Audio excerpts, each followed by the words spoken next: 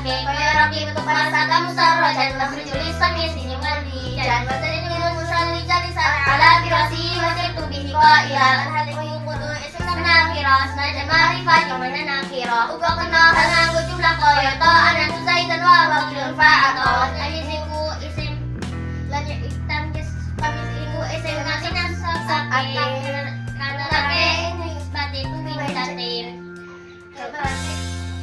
contoh awal kata bama tuna sama koyoto doro beri sedon rosan wajan akan selalu mi alihi malah wajan awal mi alihi rijilan koyoto bitu kafakira burolan koyo iftara itu misal hari tapi kudu isim nanggone kansa usai dalam samunati bade Sekarone iku isim dinasobke kanthi nganggo maknane fi takdirake. Sekarone diarani maf'ul fi. Jalaran takdirake maknane fi. Artinya, bab zorof. Keduanya itu isim dinasobkan dengan menggunakan makna fi dalam perkiraan.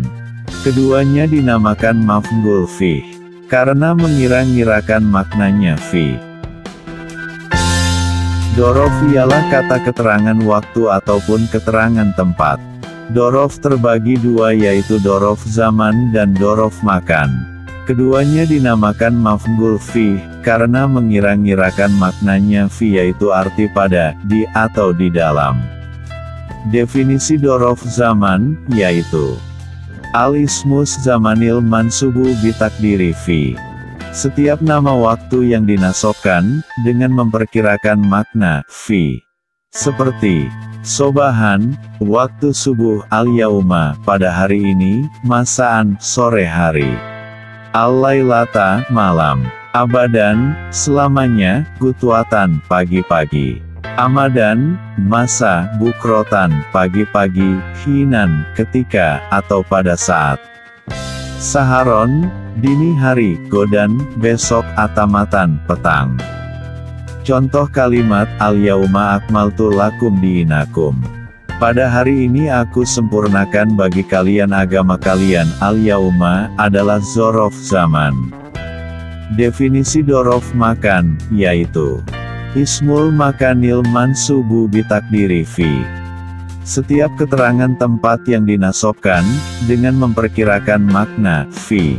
Seperti amama, di depan, izaa, berhadapan. Kholfa, di belakang, hizaa, di dekat. Kudama, di depan, tilkoa, berhadapan. Waroa, di belakang, huna, di sini. Fauko, di atas, hunaka, di sana. Tahta, di bawah, sama, di sana, indah, di samping. Contoh kalimat, al-jannatu tahta aqdamil ummahat. Surga itu di bawah telapak kaki ibu. Tahta adalah zorof makan. Lan yoiku isim kang dinasobake, kang nerangkein tingkah kang nyamarake. Koyo rokibtu farsaka musarojan, wa uhrijul liso min sijni mulijan. Wa zaidunil musyoli jalisan ala, farosihi wasirtu bihi koilan. Lan hal iku kudu isim kang nakiroh. Senajan makrifat yen makno nakiroh. Ugo keuno hal nganggo jumlah koyoto. Ataitu zaidan wahuwa akilun fa'akto. Artinya, bab hal, dan yaitu isim yang dinasobkan. Yang menerangkan tingkah yang menyamarkan. Seperti rokibtu farsaka musarojan. Wa uhrijul liso min sijni mulijan. Wa zaidunil musyolli jalisan ngala. Farosihi wasirtu bihi koilan. Dan hal itu harus isim yang nakiroh. Walau makrifat kalau maknanya nakiroh. Juga boleh hal menggunakan jumlah seperti ataitu zaidan wahuwa akilun fa'akto. Hal ialah isim mansub yang menyatakan keterangan tingkah atau suasana yang samar. Ada kalanya menjelaskan tingkahnya fa'il, seperti dalam misal, Ja'a Zaidun rokiban. Zaid sudah datang sambil berkendara. Lafat, Rokiban, berkedudukan sebagai hal menerangkan tingkah datangnya Zaid. Atau menjelaskan suasana maf'ul, misal. Rokibtu farsaka musarojan. Aku sudah menunggang kudamu, sambil berpelana. Lafaz, musarojan, berkedudukan sebagai hal dari maf'ul yang menjelaskan tingkah kuda waktu dikendarai. Syarat-syarat hal. 1. Tidaklah terbentuk hal tersebut kecuali nakiroh. Apabila terdapat hal dengan lafaz marifat, maka harus ditawilkan dengan lafaz nakiroh. 2. Tidaklah terbentuk hal tersebut kecuali harus setelah sempurna kalamnya, yaitu sesudah jumlah atau kalimat yang sempurna, dalam arti bahwa lafaz hal tersebut tidak termasuk di antara dari kedua unsur lafaz jumlah. 3. Sohibul hal, atau pelaku hal, harus dalam format makrifat. Pembagian hal. 1. Hal mufrad, hal yang terdiri dari satu kata. Seperti contoh tadi. 2. Hal jumlah, hal yang terbentuk dari kalimat. Contoh. Ataitu Zaidan wa huwa akilun fa'akto. Saya mendatangi Zaid dan dia sedang makan lalu dia memberikannya. Wa huwa akilun fa'akto, adalah jumlah haliyah. Syarat hal jumlah ialah harus berisi robit, atau penghubung, yang menghubungkan jumlah hal dengan sohibul hal. Robit ini berupa domir dan wawu haliyah. 3. Hal sibul jumlah, halnya berupa sibe atau serupa jumlah. Tamyiziku isim nasob kang nerangke. Ing nisbate tewin zate kang nyamarke. Contoh awal katoba Ahmadu nafsan. Lan koyoto dorobani Zaidun rosan. Wa Zaidun aksaru min ngamihi malan. Wa Zaidun atwalu min ngamihi rijelan. Lan koyoto biktukal fakiru buron. Lan koyoto istaro itu mitron hariron. Tamyiz kudu isim nakiroh nganggone. Lan sawise kalam sempurno tibane. Artinya, bab tamyiz.